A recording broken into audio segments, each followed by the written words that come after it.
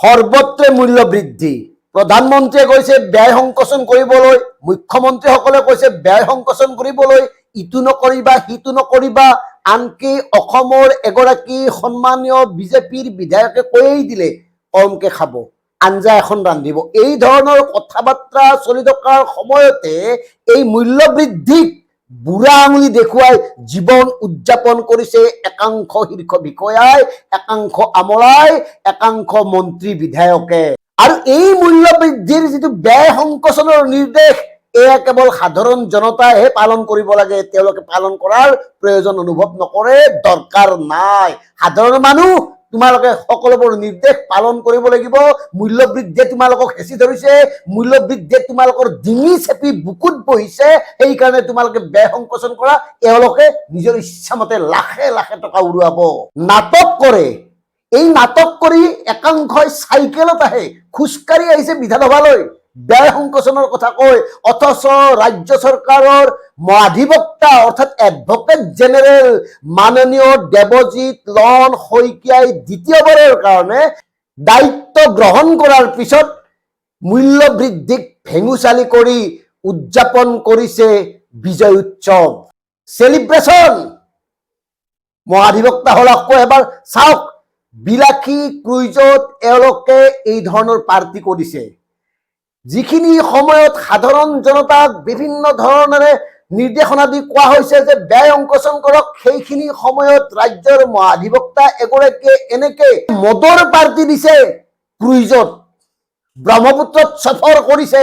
তেওঁলোকৰ বাবে মূল্য বৃদ্ধি ঠেংগা ঠেংগা, কেৱল সাধাৰণ জনতাৰ জীৱনত জমকাল হিচাপে থিয় দিছে, বাকী মৰি থাক জনতা। ৰাজ্যৰ মহাধিবক্তা এগৰাকীয়ে যদি এই ধৰণৰ কাম কাজ কৰে, কি বাৰ্তা যাব পাৰে? আৰু তেখেতে এইখিনি সময়ত এই কথাবোৰ সামাজিক মাধ্যমত শ্বেয়াৰ কৰি কি বুজাব খুজিছে? সাধাৰণ জনতাক ভেঙুচালি কৰিছে নেকি? টকা আছে জানো আপোনালোকৰ?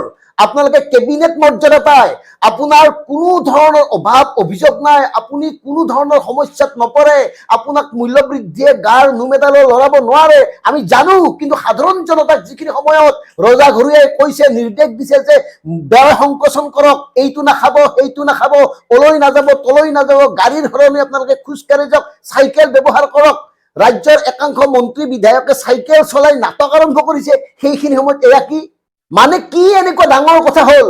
আপুনি দ্বিতীয়বাৰৰ কাৰণে মহাধিবক্তাৰ দায়িত্ব পালন কৰিলে, আপুনি মুখ্যমন্ত্ৰীৰ প্ৰিয়, হয়তো আপুনি আপোনাৰ দায়িত্ব সুচাৰুৰূপে পালন কৰিবলৈ সক্ষম হৈছে, তাৰ কাৰণে আপুনি দ্বিতীয়বাৰৰ কাৰণে পুনৰ নিযুক্তি লাভ কৰিলে। তাৰপিছত এই উদযাপন কিয়?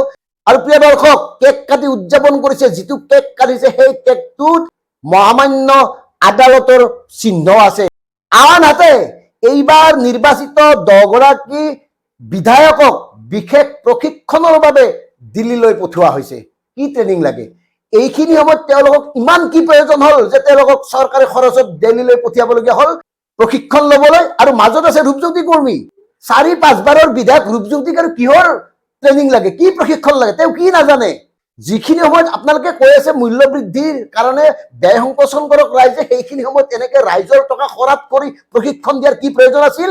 গতিকে ৰাইজ কথাবোৰ চিন্তা কৰক।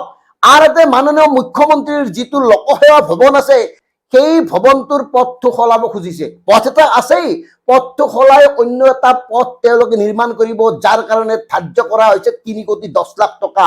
বাকী মনত আছে নহয়, ৰাজ্যপালক গাখীৰ খোৱাৰ কাৰণে ৭৪ টকা ব্যয় কৰা হৈছে। এনেকে তেওঁলোকৰ কাৰণে টকা গছত লাগিছে আৰু সাধাৰণ জনতাই কেৱল ভুগিবলগীয়া হৈছে।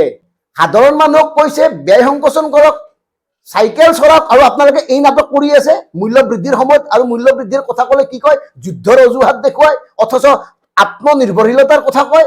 মানে ইমান দিন একো এটা কৰিব পৰা নাই।